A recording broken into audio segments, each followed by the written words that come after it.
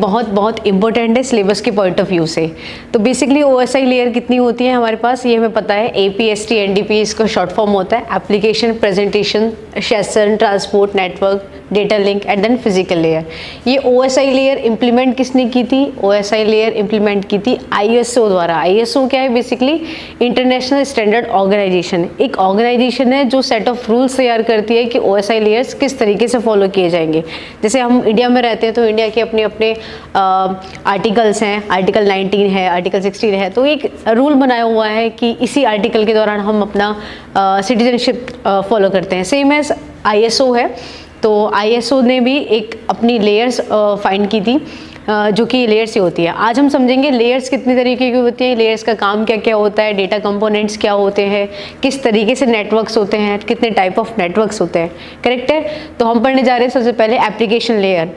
देखो मैंने यहाँ लिखी है 7 लेयर। 7 लेयर्स, इसमें ये शुरू की 3 लेयर को बोलते हैं हम अपर लेयर, और ये लास्ट की 3 लेयर को बोलते हैं हम लोअर लेयर। ये मिड वाली लेयर जो कहलाती है इसको हम हार्ट ऑफ द लेयर कहते हैं, जो कि होती है ट्रांसपोर्ट लेयर।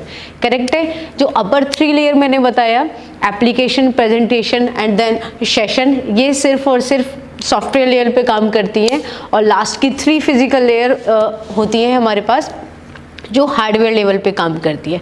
करेक्ट है? अब ये सॉफ्टवेयर और हार्डवेयर लेयर क्या होती है? अगर मैं बात करूँ ना फिजिकल लेयर की, तो फिजिकल लेयर बेसिकली जैसे हम अपने सिस्टम्स में कनेक्ट करते हैं डेटा को ट्रांसफर करने के लिए केबल्स यानी कि लैंड केबल भी हो सकती है, ईथरनेट केबल भी हो सकती है। RJ45 is a common layer, common cable जो ईथरनेट केबल में यूज़ की जाती है। तो बेसिकली जो फिजिकल कंपोनेंट्स पे काम होगा उसको हम बोलेंगे हार्डवेयर लेयर, और जो सॉफ्टवेयर पे काम होगा यानी जैसे एप्लीकेशन लेयर, फर्स्ट वाली मैंने एप्लीकेशन लेयर बताई ना, तो प्रोटोकॉल्स यानी कि HTML और SMTP, ये सारी जो प्रोटोकॉल्स यूज़ की जाती हैं वो एप्लीकेशन लेयर पे की जाती है। एक एक करके सारी लेयर्स को हम आराम से समझते हैं। सबसे पहले समझिए फिजिकल लेयर को। फिजिकल लेयर मैंने बताया केबल्स। करेक्ट है?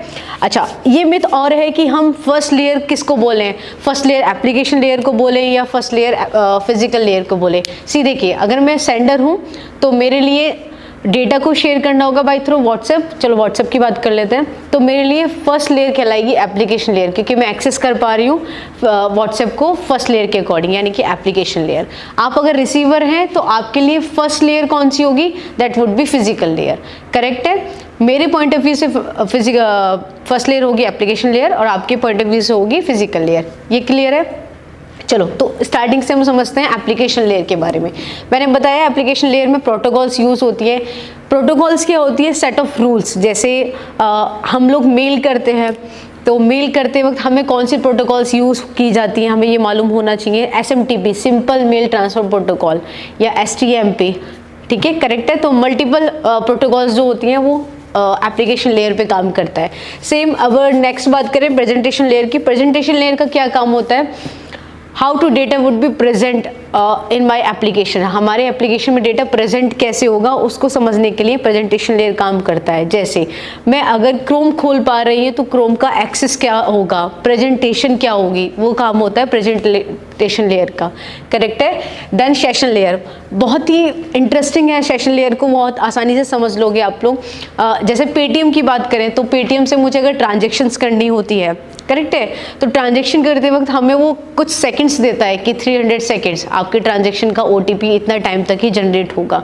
तो सेम होता है सेशन लेयर, यानी एक सेशन डिसाइड हो जाता है कि आप इतने टाइम के अंदर ही कोई भी प्रोटोकॉल्स को या कोई भी डेटा को शेयर कर सकते हो। जैसे आपने बहुत टाइम देखा होगा गवर्नमेंट की जो साइट्स होती है ना, वो एक टाइम तक अगर लॉगिन करके रखा जाए तो वो 5 मिनट से बाद या 10 सेकंड बाद अपने आप ही ऑटोमेटिकली डेटा सर्वर ऑफ हो जाता है, क्योंकि वहाँ उनको बस सेशन दिया जाता है कि इतने टाइम तक ही डेटा एक्सेस कर सकते हैं। करेक्ट है? मिलिट्री का एक एग्जांपल ले लीजिए, मिलिट्री का या फिर कोई भी जो हमारी गवर्नमेंट पॉलिसीज़ हैं, तो उसमें भी सेशन डिफाइन किए जाते हैं कि इतनी देर तक आप लॉग इन कर सकते हो। अगर आप ज़्यादा टाइम ले रहे हो एक ही पेज पे तो वो ऑटोमेटिकली लॉग आउट हो जाता है। IT फील्ड में आप बहुत अच्छे से जान पाओगे कि IT फील्ड में ऐसा काम होता है। Same as next transport layer. Transport layer में काम क्या किया जाता है ट्रांसपोर्ट लेयर, जैसे मैंने कहा कि मिड ऑफ द लेयर यानी हार्ट ऑफ द लेयर कहा जाता है अपर लेयर और लोअर लेयर के बीच में। इसका काम क्या होता है बेसिकली, देखो ये सारी लेयर्स ना वाइस वर्सा काम करती हैं, मींस एप्लीकेशन लेयर प्रेजेंटेशन के साथ रिलेट करेगी, प्रेजेंटेशन सेशन के साथ, सेशन ट्रांसपोर्ट के साथ। तो ट्रांसपोर्ट लेयर का काम होता है जो भी पार्ट सेशन लेयर से आया हुआ है उसको आगे फॉरवर्ड करना, यानी नेटवर्क लेयर में भेजना। अब फॉरवर्ड करना है डेटा तो सीधी सी बात है, एक साथ अगर डेटा भेजा गया है तो उसको ब्रेक करके हम शेयर करेंगे, करेक्ट है। तो उसको ब्रेक करना कहलाता है terms of network fragmentation. Fragmentation क्या होती है बेसिकली, मैं एक कॉमन एग्जांपल लूँ, मैंने अगर लिखा है हाई स्टूडेंट, करेक्ट है, तो ये फ्रेगमेंट में डिवाइड हो जाएगा, यानी HISTUDENT, मतलब मीन्स मैंने क्या किया, एक ही मैसेज को ब्रेक कर दिया अलग अलग पार्ट में, यानी फ्रेगमेंट कर दिया है। तो ये काम होता है किसका, ट्रांसपोर्ट लेयर। ये बात की बात है कि ये असेंबली में जाके कन्वर्ट होगा या फिर इनक्रिप्शन यूज़ किया जाएगा, यानी ये सिर्फ एक समझने वाली बात है कि फ्रेगमेंटेशन का मतलब होता है सिर्फ ब्रेक करना, करेक्ट है। नेटवर्क लेयर पैकेट्स, यानी जो हमने डेटा शेयर किया है उसको पैकेट्स में डिवाइड कर देना।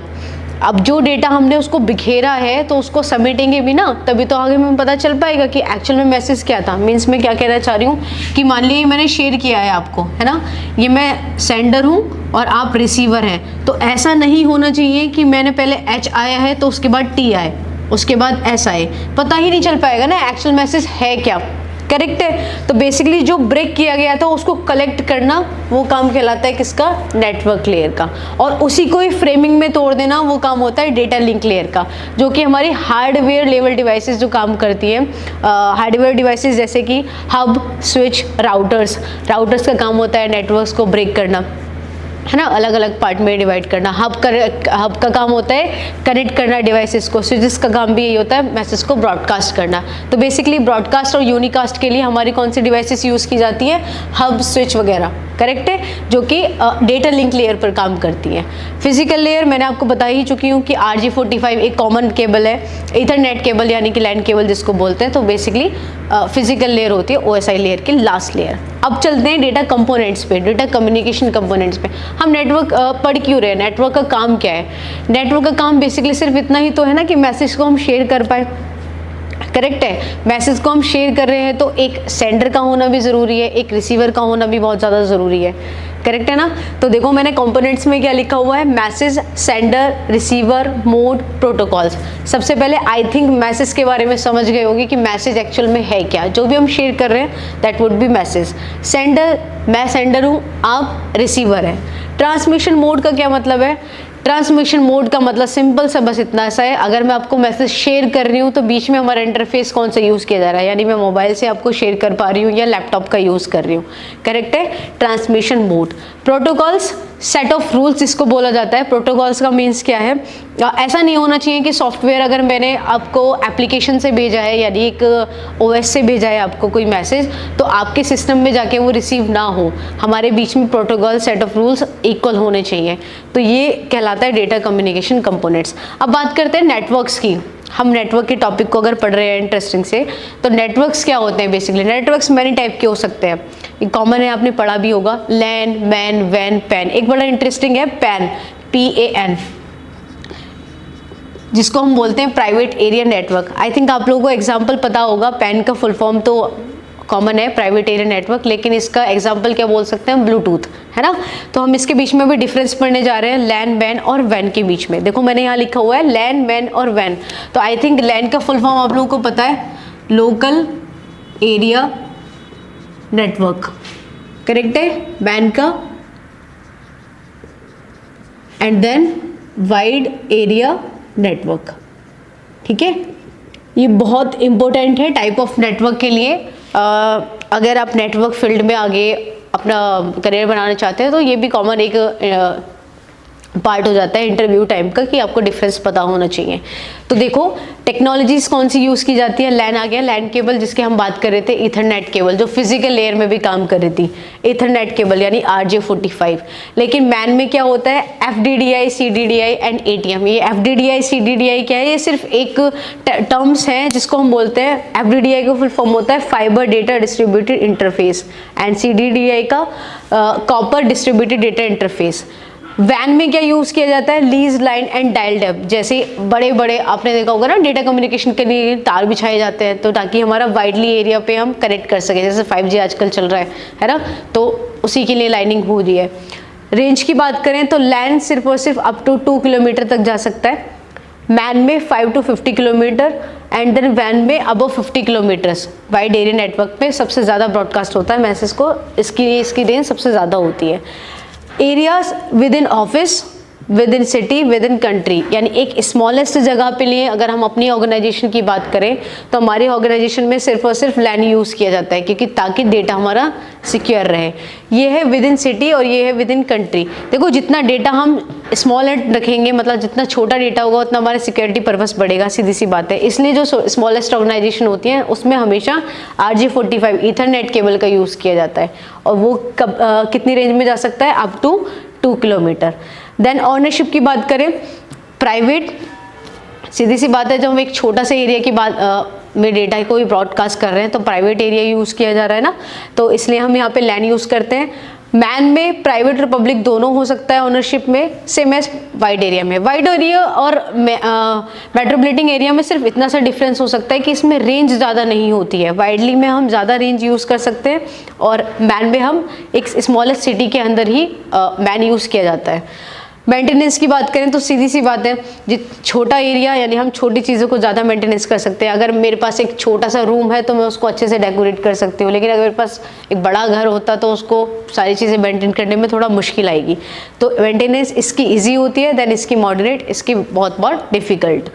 एरर रेट इसमें लो होता है, इसमें मॉडरेट, इसमें वेरी हाई। एरर रेट का मीन्स क्या है, रेट का मीन्स सिर्फ इतना सा है, लोकली एरिया में अगर हम डेटा को शेयर कर रहे हैं तो कॉमन सी बात है ट्रैफिक ज़्यादा नहीं होगा। ट्रैफिक ज़्यादा नहीं होगा तो मेरा डेटा इजीली एक्सेस हो सकता है। लेकिन अगर हम वाइड एरिया या फिर मेट्रोपॉलिटन एरिया की बात करें ना, तो ज़्यादा एरिया बड़ा होगा तो हमारा डेटा एरर फ्री कैसे हो सकता है, क्योंकि बीच में ट्रैफिक भी आ जाता है, फ्रेगमेंटेशंस भी आएंगे। बहुत चीज़ें हम आगे सीखेंगे कि एरर कंट्रोलिंग कैसे करते हैं, डिटेक्शन कैसे करते हैं, वो बात की बात है।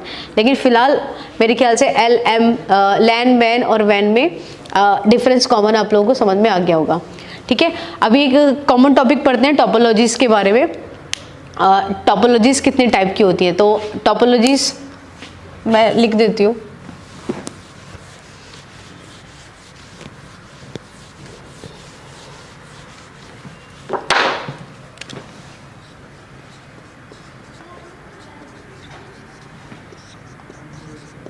सबसे पहले आती है बस, देन मैश, स्टार,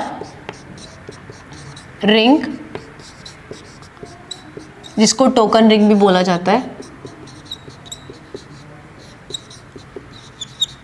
ठीक है, ये क्या है, टोपोलॉजीज बेसिकली तरीका है डेटा को शेयर करने का, कि डेटा जब शेयर किया जाता है तो वो किस पर टाइप टोपोलॉजी से शेयर किया गया होगा, रिंग से, बस से, या फिर मैश से या स्टार से। सबसे पहले पढ़ लेते हैं बस टोपोलॉजी को। ठीक है,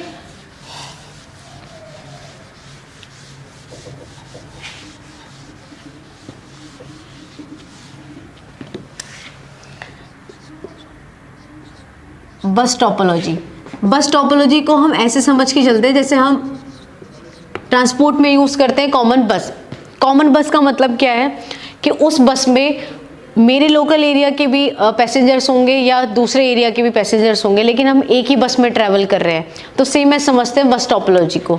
बस टोपोलॉजी में क्या होता है, एक कॉमन केबल होती है जिसको हम बस बोलते हैं, केबल यूज़ की जाती है, और इसके साथ मल्टीपल सिस्टम यूज़ किए जाते हैं इन अ वे ऑफ टर्म्स ऑफ बस।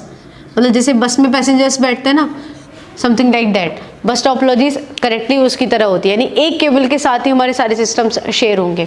उससे फ़ायदा क्या होता है, उससे ये फ़ायदा होता है अगर इस वाले सेंडर को डेटा शेयर करना है तो इस केबल के थ्रू सारे डेटा को इजीली डेटा मिल जाएगा। लेकिन इसका डिसएडवांटेज भी है बस टोपोलॉजी का। डिसएडवांटेज क्या है? मान लीजिए ये सिस्टम 1 है ना, और ये सिस्टम 2 है, ये सिस्टम 3, ये सिस्टम 4, और ये सिस्टम 1 सिर्फ और सिर्फ भेजना चाहता है सिस्टम 4 को मैसेज।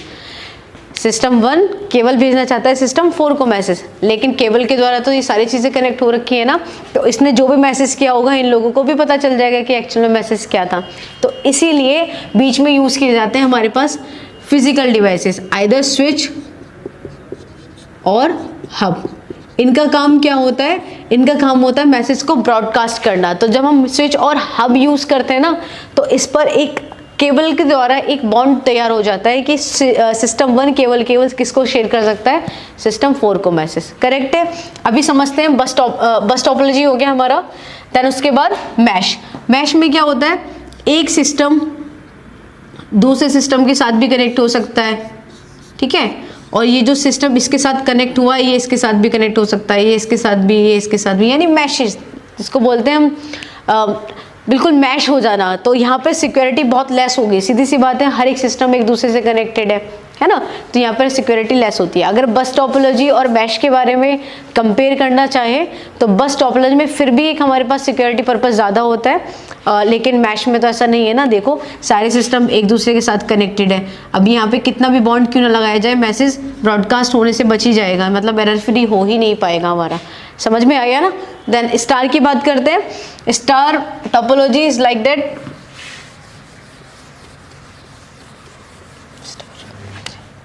स्टार में कुछ ऐसा होता है कि बीच में एक हमारे पास हेड होता है जो कि स्विच और राउटर को ही ले लेते हैं, स्विच का यूज कर लेते हैं ताकि स्विच कनेक्टेड हो। स्विच के साथ मान लीजिए मल्टीपल डिवाइसेस कनेक्ट हैं, ठीक है, system 1, system 2, system 3, system 4, switch के साथ मल्टीपल डिवाइस कनेक्ट है। और फिर से वही एक एग्जांपल कि मान लो सिस्टम 1 कनेक्ट होना चाहता है सिस्टम 4 के साथ में, यानी एक डेटा को शेयर करना चाहता है। सबसे पहले इस टर्म को समझ लेते हैं, स्विच को। स्विच क्या होता है? स्विच बेसिकली एक ब्रॉडकास्ट करने के लिए एक डिवाइस है जो कि ब्रॉडकास्ट करती है मैसेज को। इसका काम क्या होता है? इसके पास होता है अपना एक खुद का एड्रेस, और जितने भी इसके पास जितने सिस्टम्स कनेक्टेड होंगे उन सबके एड्रेस भी, यानी अगर इसका सिस्टम 1 का कोई मैक एड्रेस है, सपोज टू बी FFF, कुछ भी ले लीजिए एक एग्जांपल के तौर पे, इसका खुद का एक मैक एड्रेस है, तो वो सीधी सी बात है, अगर वो इस सिस्टम के साथ कनेक्ट है यानी स्विच के साथ कनेक्ट है, तो इस स्विच के पास इसका अपना खुद का मैक एड्रेस भी होगा। सिस्टम 2 के पास भी अपना मैक एड्रेस होगा, तो वो स्विच को भी अपना एड्रेस देगा। उससे क्या होगा? स्विच अपनी एक टेबल तैयार करके रखेगा कि ये सिस्टम 1 का एड्रेस है, ये सिस्टम 2 का, ये सिस्टम 3 का और ये सिस्टम 4 का। फ़ायदा क्या होगा इससे? अगर मान लो ये सिस्टम 1 कनेक्ट होना चाहता है सिस्टम 4 से, तो ये स्विच सिर्फ और सिर्फ मैसेज ब्रॉडकास्ट करेगा सिस्टम 1 के साथ सिस्टम 4 को। समझ आ गई मेरी बात? तो बेसिकली एड्रेस को होल्ड काम करना होता है स्विच का काम, और उसको ब्रॉडकास्ट करने के लिए यूज़ किया जाता है हमारे पास स्विच। और इस टोपोलॉजी को हम क्या बोलते हैं? इस टोपोलॉजी को बोलते हैं स्टार टोपोलॉजी, क्योंकि एक स्टार की फॉर्म में। टोपोलॉजी का सेंस सिर्फ इतना सा है कि हम ये सीख रहे हैं कि वे ऑफ तरीका क्या होगा मैसेज को शेयर करने का, आइदर बस होगा, मैश होगा या फिर स्टार होगा। अभी रिंग की बात कर लेते हैं। रिंग टोपोलॉजी किस तरीके से काम करती है? रिंग टोपोलॉजी में सिस्टम्स कनेक्ट होते हैं एक दूसरे से बाय सर्कल फॉर्म में। System 1, system 2, system 3, system 4।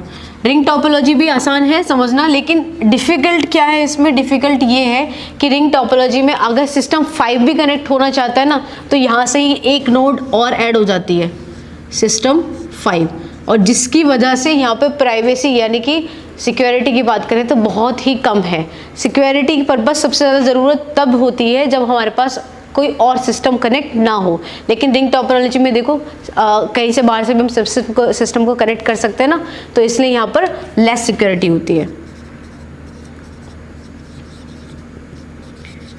ठीक है, तो आज के वीडियो में हमने सिर्फ कितना पढ़ा, हमने पढ़ा पहले नेटवर्क लेयर की OSI लेयर जो कि थी software layer, hardware layer, mid layer और उनके अलग अलग कंपोनेंट्स क्या थे। फिर हमने पढ़ा डेटा कम्युनिकेशन के कंपोनेंट्स क्या होते हैं। डेटा कम्युनिकेशन कंपोनेंट्स मतलब message, sender, receiver, transmission mode क्या हो सकता है, प्रोटोकॉल्स क्या होता है। फिर हमने पढ़ा टाइप ऑफ नेटवर्क, लैन, वैन, और उसके बाद हमने पढ़े टोपोलॉजीज। Thank you.